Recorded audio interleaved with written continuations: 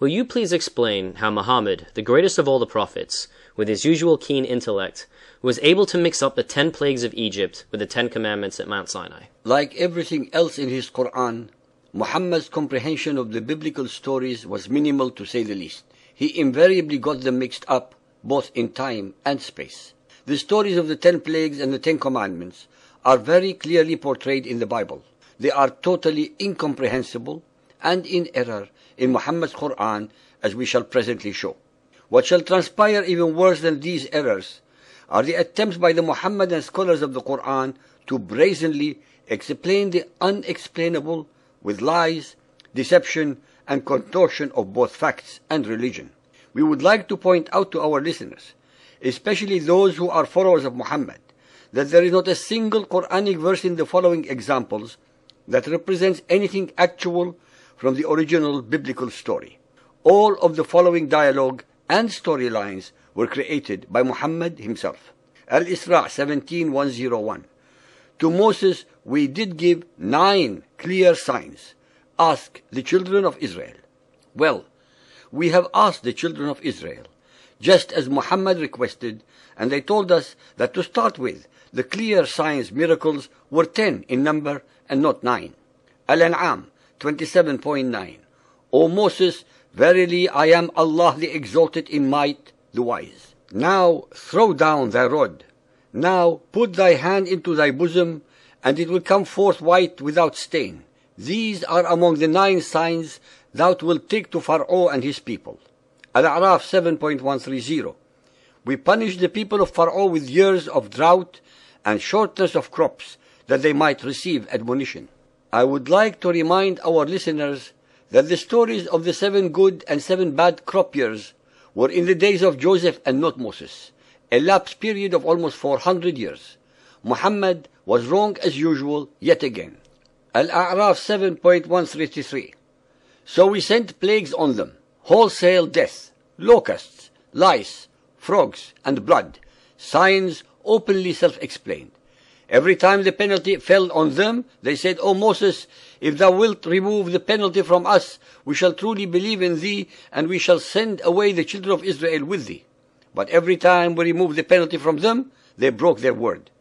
So we exacted retribution from them.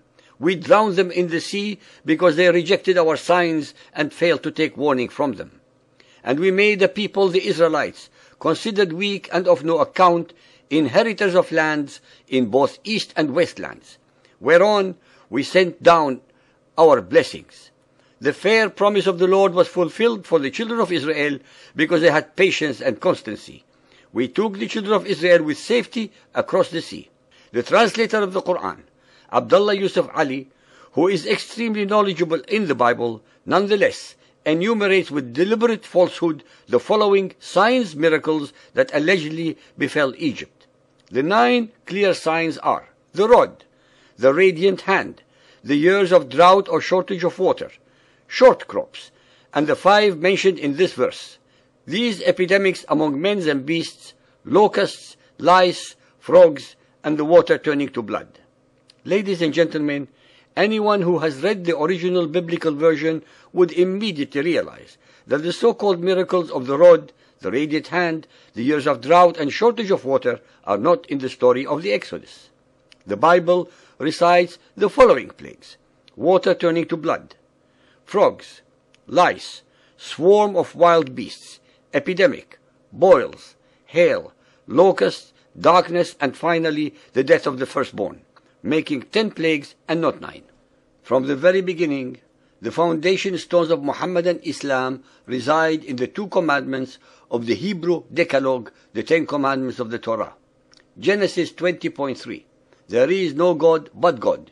There is no image or likeness to God. This should bring to the attention of the listeners the incredible similarity also between Muhammad's Shahada testimony. There is no God but Allah. The Quran states that Allah gave Moses certain monitions on tablets of stone, and also that he gave him 9 clear signs. These 2 statements have perplexed the Muhammadan commentators very much, and every effort is made by them to reconcile the 9 signs with the 10 commandments, although it is evident from the Quran itself that the 9 clear signs actually refer only to the miracles of Moses, the plagues of Egypt. According to the Muhammadan traditions, Muhammad was very confused in the matter and was himself responsible for the mistakes of the commentators on his book. For it is related in Mishkat al-Masabih, which is an improved version of Masabih al-Sunnah by al-Tabrizi, that a Jew came to Muhammad and asked him about the 9 wonders which appeared by the hands of Moses. Muhammad answered him, "Do not associate anything with Allah, do not steal, do not commit adultery, do not kill, do not take an innocent before the king to be killed, do not practice magic, do not take interest, do not accuse an innocent woman of adultery, do not run away in battle, and especially for you Jews, not to work on the Sabbath." Muhammad was of course his usual and understandable ignorant self, in error on 5 of the items he mentioned, as well as having given the wrong answer to the question, which related to the 10 plagues and not the 10 commandments. Al-Muhaddith Abdul Haq al-Dahwali remarks on this tradition that the Jew asked Muhammad about the 9 miracles or plagues of Egypt, but Muhammad answered him in error with the 10 commandments. A comparison of the 10 commandments given by the great Hebrew lawgiver Moses with those recorded in the above tradition and in the 6th surah of the Quran, verse 152, will show how imperfectly Muhammad was acquainted with the biblical scriptures. The commentator Hussein, who wrote 400 years ago, says that the following verses in Surah Al-An'am are those 10 commandments, which in every dispensation are incumbent on mankind and cannot be abrogated, meaning undoubtedly the 10 commandments from Moses. Al-An'am 6.151 say, "Come, I will rehearse what your Lord hath made binding on you, that you assign naught to him as a partner, that you be good to your parents, that you slay not your children, that you come not near to pollutions outward or inward, that you slay not anyone whom Allah hath forbidden you unless for a just cause. Come not nigh to the substance of the orphan, but to improve it until he came of age. Use a full measure and a just balance. And when you give judgment, observe justice, even though if the affair be a kinsman. Fulfill the covenant of Allah.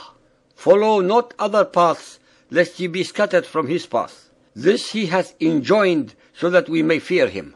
Compare the above with the biblical 10 commandments. Exodus 20.3. "You shall have no other gods beside me. You shall make no graven images. You shall not utter the name of God in vain. Remember the Sabbath day. Honor your father and mother. You shall not murder. You shall not commit adultery. You shall not steal. You shall not bear false witness.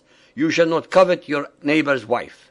In conclusion, ladies and gentlemen, there is no human being on earth who can show a single verse in Muhammad's Quran that represents a new, intellectual, moral, spiritual, and original concept, precept, thought, or idea which is in any way, shape, or form equal to or superior to these that Muhammad plagiarized, plundered, pirated, and or perverted from the Hebrew Bible.